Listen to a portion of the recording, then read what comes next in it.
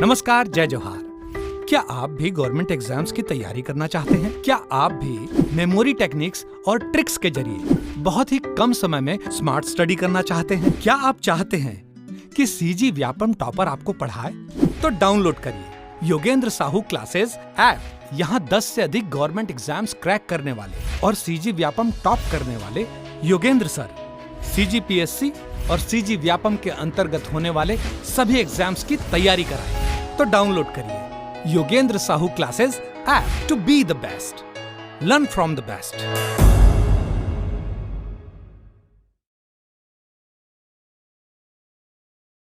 कोई भी सपना साकार करने के लिए सबसे जरूरी है सही कोच का होना। चुनिए Yogendra Sahu classes first rank को और करे अपने सीजी व्यापम CGPSC का सपना साकार। Download the app now. नमस्कार दोस्तों, स्वागत है आपका योगेंद्र साहू ऑनलाइन क्लासेस में। तो आज की क्लास में हम चर्चा करेंगे आर्थिक सर्वेक्षण 2022-23 के पार्ट 2 पर। कल हमने 25 तक क्वेश्चन कर लिया था, आज हम उसके आगे के 25 क्वेश्चन करेंगे। ठीक है, मैंने आपको कल भी बताया था कि आर्थिक सर्वेक्षण जो है वो हमारे आगामी परीक्षाएं, महिला पर्यवेक्षक, हॉस्टल वार्डन के एग्जाम में बहुत ही महत्वपूर्ण है। ठीक है, और आप इसका PDF डाउनलोड करने के लिए सबसे पहले Yogendra Sahu classes app download कीजिए, वहाँ आपको इसका PDF प्रोवाइड हो जाएगा।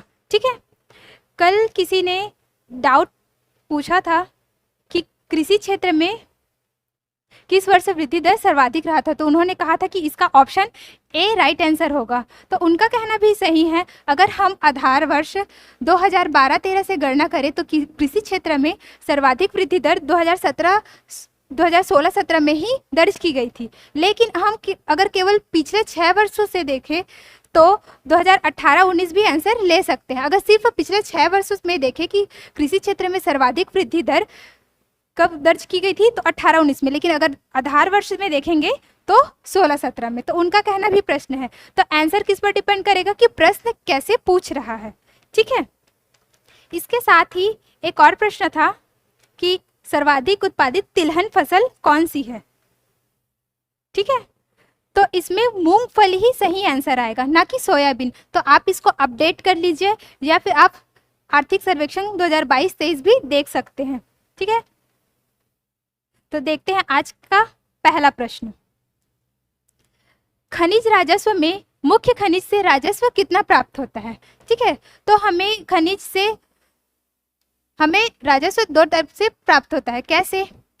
एक होता है मुख्य खनिज से प्राप्त और एक होता है गौण खनिज से प्राप्त। ठीक है, तो मुख्य खनिज से हमें कितना राजस्व मिलता है, तो ये मिलता है हमें 97% और गौण खनिज से मिलता है हमें केवल 3%। तो प्रश्न में क्या पूछा है? प्रश्न में पूछा है मुख्य खनिज से राजस्व कितना प्राप्त होता है। तो हमारा राइट आंसर क्या होगा? 97%, ऑप्शन सी। ठीक है, आगे देखते हैं। छत्तीसगढ़ राज्य की कुल विद्युत उत्पादन क्षमता कितनी है? तो ये मेगावाट में है ना।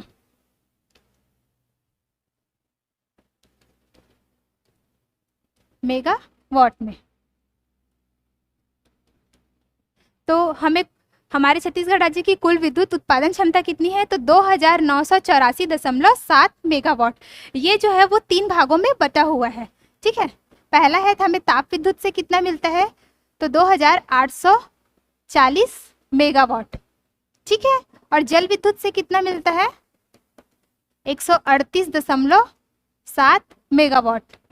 ठीक, और इसके साथ ही अन्य सह उत्पाद से कितना मिलता है हमें? 6 मेगावाट। तो टोटल हमें कितना, हमारा विद्युत उत्पादन कितना है? तो 2984.7 मेगावाट।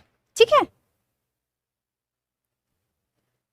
अगला प्रश्न देखते हैं। छत्तीसगढ़ में आरक्षित वन का प्रतिशत कितना है? ठीक है, इसमें क्या पूछा है? आरक्षित वन।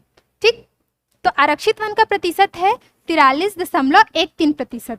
ठीक है, अगर प्रश्न में संरक्षित वन पूछता तो उसका आंसर क्या होता है? संरक्षित वन का प्रतिशत है 40.22%। ठीक, तो आरक्षित अलग होता है और संरक्षित अलग होता है। ठीक, तो आरक्षित का प्रतिशत है 43.13% और संरक्षित का प्रतिशत है 40.22%। छत्तीसगढ़ में कृषि उप मंडियों की संख्या कितनी है? यहाँ बात की जा रही है उप मंडियों की। ठीक, तो उप मंडियों की संख्या है 118। लेकिन यदि प्रश्न में पूछता कि छत्तीसगढ़ में मंडियों की संख्या कितनी है, तो आंसर क्या होता हमारा 69। यहाँ क्या पूछा है उप मंडी, तो क्या होगा हमारा आंसर ऑप्शन ए 118। ठीक है। छत्तीसगढ़ राज्य की कुल कितने प्रतिशत जल क्षेत्र पर मछली पालन किया जाता है। ठीक है, कोई भी चीज अपने आप में 100% होता है, तो वो पूछ रहा है कि जितना भी जल प्रतिशत है उसके कितने क्षेत्र पर मछली उत्पादन किया जा रहा है। तो ये जो 98% है उस पर मछली उत्पादन किया जा रहा है। ठीक है, 98% पर जल क्षेत्र पर मछली पालन का काम किया जा रहा है।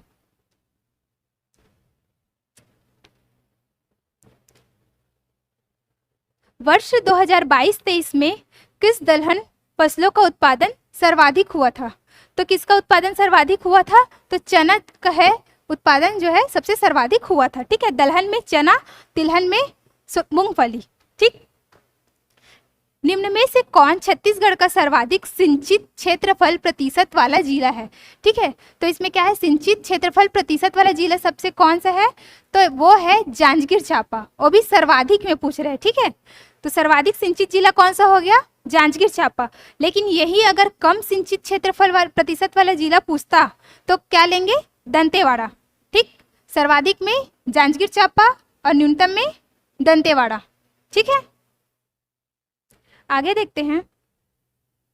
छत्तीसगढ़ में नलकूपों से लगभग कितने प्रतिशत जल क्षेत्र को सिंचित किया जाता है। तो कितने प्रतिशत जल क्षेत्र को सिंचित किया जाता है, तो 41% जल क्षेत्र जो है सिंचित किया जाता है। किससे, तो नलकूपों से।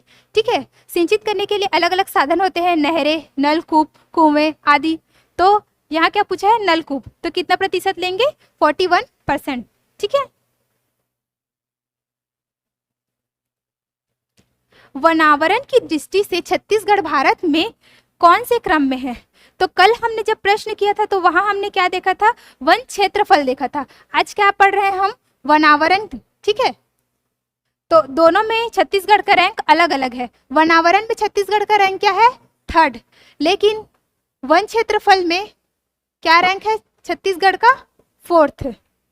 ठीक है, ये हमारे IFSR रिपोर्ट और जो आर्थिक सर्वेक्षण है उसके हिसाब से वनावरण की दृष्टि से छत्तीसगढ़ का स्थान 3रा ही लिया है। ठीक, छत्तीसगढ़ निर्माण से अक्टूबर 2022 तक विद्युत उत्पादन में छत्तीसगढ़ में कुल कितने प्रतिशत की वृद्धि हो गई है। ठीक है, तो कितने प्रतिशत का वृद्धि हो गया है, तो 119% का वृद्धि हो गया है। ठीक है, जब हमारा छत्तीसगढ़ राज्य का गठन हुआ था उस टाइम हमारा विद्युत उत्पादन कितना था, 1360 मेगावाट था। ठीक, और अभी हम लोगों ने क्या पढ़ा, कितना विद्युत उत्पादन है, 2984.7 मेगावाट। ठीक है, तो वहां से अब तक कितना वृद्धि कर चुके हैं हम लोग, 119%। ठीक है, राजीव गांधी ग्रामीण भूमिहीन कृषि मजदूर न्याय योजना। ठीक है, किसकी बात की जा रही है, भूमिहीन कृषि मजदूर न्याय योजना में कितने की आर्थिक सहायता राशि दी जाएगी। तो कितने की आर्थिक सहायता राशि दी जाएगी, तो 7,000 रुपए की आर्थिक सहायता राशि दी जाएगी। ये अभी 7,000 है, लेकिन जब ये योजना स्टार्ट की गई थी तो इसकी राशि कितनी थी, तो 6,000 रुपए थी। कितनी की वृद्धि हो गई है, 1,000 रुपए की। ठीक है, तो अभी आंसर में क्या लेंगे हम, 7,000 रुपए। ठीक है, आगे देखते हैं। राजीव युवा मितान क्लब योजना का शुभारंभ कब हुआ था। तो इसका शुभारंभ हुआ था 3 फरवरी 2022 को। ठीक है, 3 फरवरी 2022 को राजीव युवा मितान क्लब योजना का शुभारंभ किया गया था। ठीक, वर्तमान में छत्तीसगढ़ में कुल कितने स्वामी आत्मानंद अंग्रेजी माध्यम स्कूल संचालित है। यहाँ पहले से बता दिया कि अंग्रेजी माध्यम, क्योंकि अभी हमारे प्रदेश में हिंदी माध्यम और अंग्रेजी माध्यम दोनों तरह के स्कूल संचालित किए जा रहे हैं स्वामी आत्मानंद के नाम से। ठीक, अगर पूछा कि छत्तीसगढ़ में कुल कितने स्वामी आत्मानंद स्कूल संचालित है तो क्या लेंगे, 270। इसका आंसर अंग्रेजी माध्यम तो 247 है, लेकिन अगर पूरा जोड़ेंगे, हिंदी माध्यम को भी जोड़ देंगे, तो टोटल कितना हो जाएगा, 279 स्कूल जो है अभी वर्तमान में हमारे छत्तीसगढ़ में संचालित है स्वामी आत्मानंद के नाम से। ठीक है, कुल पूछेगा तो 279, अगर केवल अंग्रेजी माध्यम पूछेगा तो 247 और हिंदी माध्यम पूछेगा तो 32। ठीक है, तो ये हम लोग को डेटा अलग अलग याद रखना पड़ेगा। ठीक, और ये क्या हो गया टोटल। मुख्यमंत्री आदिवासी परब सम्मान निधि योजना के तहत अनुसूचित ग्राम को कितनी राशि प्रदान की जाएगी? तो कितनी राशि प्रदान की जाएगी? 10,000 रुपए की राशि 2 किस्तों में प्रदान की जाएगी। कैसे कैसे? तो एक किस्त में 5,000 रुपए और दूसरे किस्त में 5,000 रुपए। ठीक है। इस मुख्यमंत्री आदिवासी परब सम्मान निधि योजना का शुरुआत कब हुआ था? तो ये हुआ था 13 अप्रैल 2023 को। ठीक है। कहां से? तो लाल बाग मैदान जगदलपुर से। लाल बाग मैदान जगदलपुर से। ठीक है। तो 13 अप्रैल 2023 को लाल बाग मैदान जगदलपुर में भरोसे का सम्मेलन आयोजित किया गया था, जहां इस योजना का मतलब घोषणा किया गया। ठीक है। तो ये जो है अनुसूचित जो क्षेत्र है, वहाँ जो अनेक आदिवासी पर्व मनाए जाते हैं, उनके बेहतर संचालन के लिए ये राशि उनको प्रदान की जाएगी। ठीक है। तो वो एक किस्त में ही एक मुश्त 10,000 नहीं देंगे हम। कितना देंगे? एक बार 5,000 और दूसरे बार 5,000। ठीक है। इस डेट को भी याद रखेंगे कि इसका शुभारंभ कब हुआ है? 13 अप्रैल 2023 को। ठीक। इस समय जो प्रियंका गांधी जी है वो विशिष्ट अतिथि के रूप में छत्तीसगढ़ आई हुई थी। ठीक है।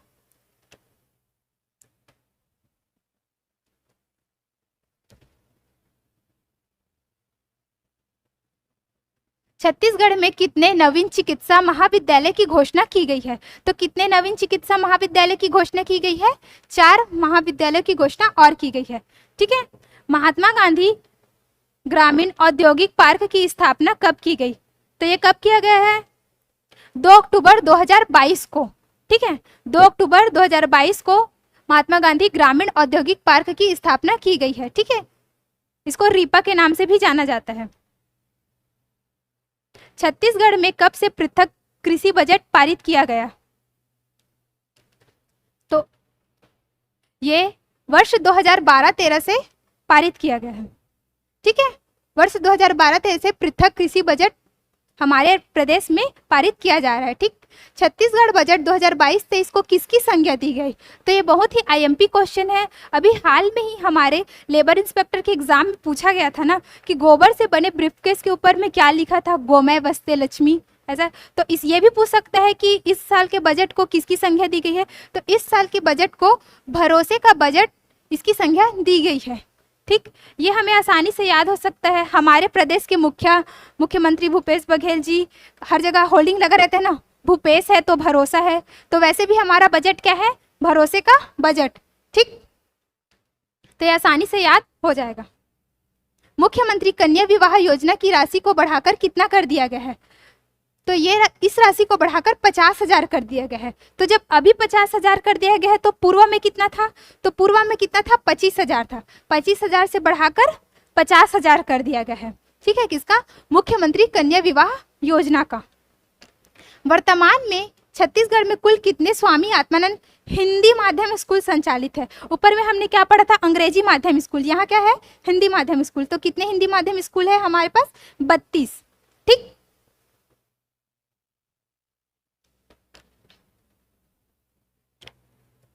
छत्तीसगढ़ में कितने अंग्रेजी माध्यम आदर्श महाविद्यालय खोले जाएंगे? तो जिस प्रकार से हमारे प्रदेश में स्वामी आत्मानंद स्कूल संचालित किए जा रहे हैं, उसी के तर्ज पर मुख्यमंत्री ने अंग्रेजी माध्यम आदर्श महाविद्यालय खोलने की घोषणा की है। तो कितने महाविद्यालय खोलने की घोषणा की है? तो वो 10 महाविद्यालय खोलने की घोषणा की है। ठीक। ऊपर में हमने एक और महाविद्यालय देखा था, वो क्या था? वो चिकित्सा महाविद्यालय था। तो कितने नवीन चिकित्सा महाविद्यालय? तो 4 नवीन चिकित्सा महाविद्यालय। ये क्या है? ये अंग्रेजी माध्यम आदर्श महाविद्यालय है। ठीक है। मुख्यमंत्री छत्तीसगढ़ी परब सम्मान निधि योजना के तहत कितनी राशि प्रदान की जाएगी? ठीक है। तो इसमें भी 10,000 की राशि प्रदान की जाएगी। ये भी एक किस्त में ना देकर 2 किस्तों में दिया जाएगा। पहले किस्त में 5,000 और दूसरे किस्त में 5,000। ठीक। तो हम आगे हमने पढ़ा था पीछे कि मुख्यमंत्री आदिवासी परब सम्मान निधि योजना, और ये क्या है? मुख्यमंत्री छत्तीसगढ़ी परब सम्मान निधि योजना। जो आदिवासी वाला था वो अनुसूचित क्षेत्रों में दिया जाएगा, और जो गैर अनुसूचित क्षेत्र हैं वहाँ इस योजना के तहत राशि प्रदान की जाएगी पर्वों के बेहतर संचालन के लिए। ठीक है। गैर अनुसूचित क्षेत्रों में